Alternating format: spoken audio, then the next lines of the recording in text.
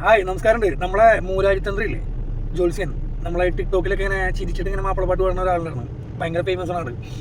ആളെ പേഴ്സണലി ഞാൻ അറിയുന്ന ആളാണ്. ഞാൻ 2-3 തവണ അയാളെ കോൺടാക്ട് ചെയ്തിട്ടുണ്ട്. ഒരു ജോലി സംബന്ധമായിട്ട് ഈ കാര്യത്തിനൊക്കെ വേണ്ടിയിട്ട് ഇയാൾ കുറേ റിക്രൂട്ട്മെൻറ്റും കാര്യങ്ങളൊക്കെ ചെയ്തിരുന്നു. അപ്പോൾ അതിൽ ഞാൻ ഇയാളെ കോൺടാക്ട് ചെയ്തിട്ടുണ്ട്. ഇയാളെ അങ്ങനെ ബാഡായിട്ടുള്ളൊരു ക്യാരക്ടറുള്ള വ്യക്തി ഒന്നല്ല കേട്ടോ, നല്ല അടിപൊളി ആളാണ്.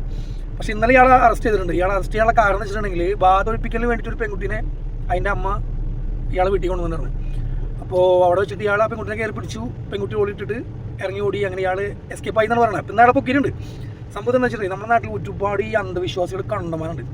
നിങ്ങളെപ്പോലുള്ള ഈ അന്ധവിശ്വാസികളാണ് ഇങ്ങനത്തെ ഈ ആൾ ദൈവങ്ങളെ വല്ലാണ്ട് വളർത്തിക്കൊണ്ടിരുന്നത്. ഈ 24 ന്യൂസിൽ കഴിഞ്ഞ ആഴ്ച നടന്ന ഒരു പ്രോഗ്രാം ഉണ്ടായിരുന്നു. അതിൽ ഇയാൾ ഭയങ്കരമായിട്ട് വെല്ലുവിളിക്കുന്നൊക്കെ ഉണ്ട്. നിങ്ങൾക്ക് ധൈര്യം ഉണ്ടെന്നുണ്ടെങ്കിൽ ഇവിടെ വെച്ചിട്ട് ഞാൻ ഹോമം നടത്തിയിട്ട് കാര്യങ്ങൾ ചെയ്തുതരാം, കബഡി നടത്തിയിട്ട് കാര്യങ്ങൾ പറഞ്ഞിട്ട് കൊണ്ട് ഭയങ്കരമായിട്ട് വെല്ലുവിളിയൊക്കെ നടത്തുന്നുണ്ട്. പക്ഷെ ഇത്രയും പെട്ടെന്ന് ഇയാൾ ഇങ്ങനെ ഒരു സംഭവത്തിൽ പെടുന്നുള്ളത് നമ്മൾ വിചാരിച്ചില്ല കേട്ടോ. നമ്മൾ എന്ത് കാര്യം ഉണ്ടെങ്കിലും ഈവൻ ഡോക്ടേഴ്സിൻ്റെ അടുത്താണെങ്കിൽ പോലും നമ്മളെ പെൺമക്കളെ പറഞ്ഞു വിടുമ്പോൾ കൂടെ രക്ഷിതാക്കളുടെ ചാടിച്ചിട്ടുണ്ടെങ്കിലോ ഈ ഒന്നാമത് അന്ധവിശ്വാസം, പിന്നെ നമ്മൾ ഏത് ആൾദൈവങ്ങളുടെ അടുത്ത് നിങ്ങൾ പോവുകയാണെങ്കിൽ ശരി, ഒക്കെ ഒരു എന്താ പറയുക ഫേക്കാണ് സംഭവം. സത്യത്തിൽ പറഞ്ഞാൽ എല്ലാം ഫേക്കാണ്. പക്ഷേ ഈ എന്താ പറയുക മതം വിറ്റ് ജീവിക്കുന്ന ഒരുപാട് ആൾക്കാരുണ്ടല്ലോ, അവർ ഇത്തരത്തിലുള്ള ഒരുപാട് പരിപാടികളൊക്കെ കാണിക്കും. എന്നിട്ട് നമ്മളെ അങ്ങോട്ട് കൺവേർട്ട് ചെയ്യിപ്പിക്കും. ഇങ്ങനത്തെ ഒരു പരിപാടിയുണ്ട്. അപ്പം ഇങ്ങനത്തെ കാര്യങ്ങൾക്ക് നിങ്ങൾ പോവുകയാണെങ്കിൽ, നിങ്ങൾക്ക് വിശ്വാസം ഉണ്ടെന്നുണ്ടെങ്കിൽ നിങ്ങളുടെ കുട്ടികളെ കൂടെ പേരൻസും കൂടെ അകത്ത് കയറാൻ നോക്കുക. അല്ലാതെ പാൽദേവം പറയണത് നിങ്ങൾ അങ്ങോട്ട് കടന്നു വരൂ, അല്ലെങ്കിൽ നിങ്ങൾ പുറത്ത് നിൽക്കൂ, കുട്ടിയെ മാത്രം അകത്ത് കയറ്റൂ, നിങ്ങളുടെ മോള് മാത്രം കയറിയാൽ മതി, അല്ലെങ്കിൽ ഭാര്യ മാത്രം കയറിയാൽ മതി, ഭർത്താവ് വെളിയിൽ നിൽക്കുക, അങ്ങനെ ഒരു ട്രീറ്റ്മെൻറ്റ് ഇല്ല. ശരിക്കും പറയണമെങ്കിൽ 18-20 വയസ്സിന് താഴെയുള്ള പെൺകുട്ടികളാണെന്നുണ്ടെങ്കിൽ രക്ഷിതാക്കൾക്ക് കയറാം. കല്യാണം കഴിഞ്ഞ വ്യക്തിയാണെന്നുണ്ടെങ്കിൽ ഭർത്താവിന് കയറാം. ഭാര്യയുടെ കൂടെ ഭർത്താവിന് കയറുന്നുണ്ട്. വിലക്കുള്ള ഒരു ഹോസ്പിറ്റലോ ആൾദൈവങ്ങളോ ഇല്ല. പിന്നെ പ്രായമായ പെൺകുട്ടികളുടെ കൂടെ അല്ലെങ്കിൽ പ്രായമാവാത്ത പെൺകുട്ടികളുടെ കൂടെ രക്ഷിതാക്കൾക്ക് കയറുന്നതിനും കാര്യങ്ങൾ അന്വേഷിക്കുന്നതിനൊന്നും ഒരു തടസ്സവും നമ്മളെ കേരളത്തിലില്ല.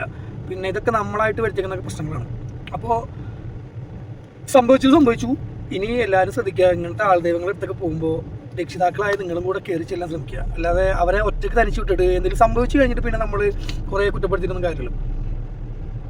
ഓക്കെ, സംഭവം ചെങ്ങായിനെ പൊക്കിയിട്ടുണ്ട്. അത്യാവശ്യം എന്താണെന്നുള്ളത് നമുക്ക് ഉടനെ തന്നെ അറിയാൻ പറ്റും. ഇയാൾ ഭയങ്കര ഫേമസ് ആവുന്നുണ്ട്. ടിക്ടോക്കിലൊക്കെ ഭയങ്കര ഫേമസ് ആയിട്ടുള്ള വ്യക്തിയാണ്.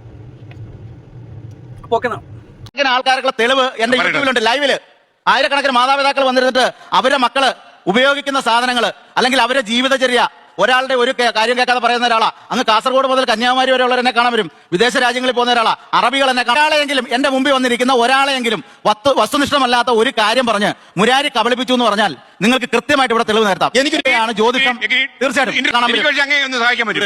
യൂട്യൂബിന്റെ പേരെന്ന് പറഞ്ഞു മുരാരി ജ്യോതിഷം.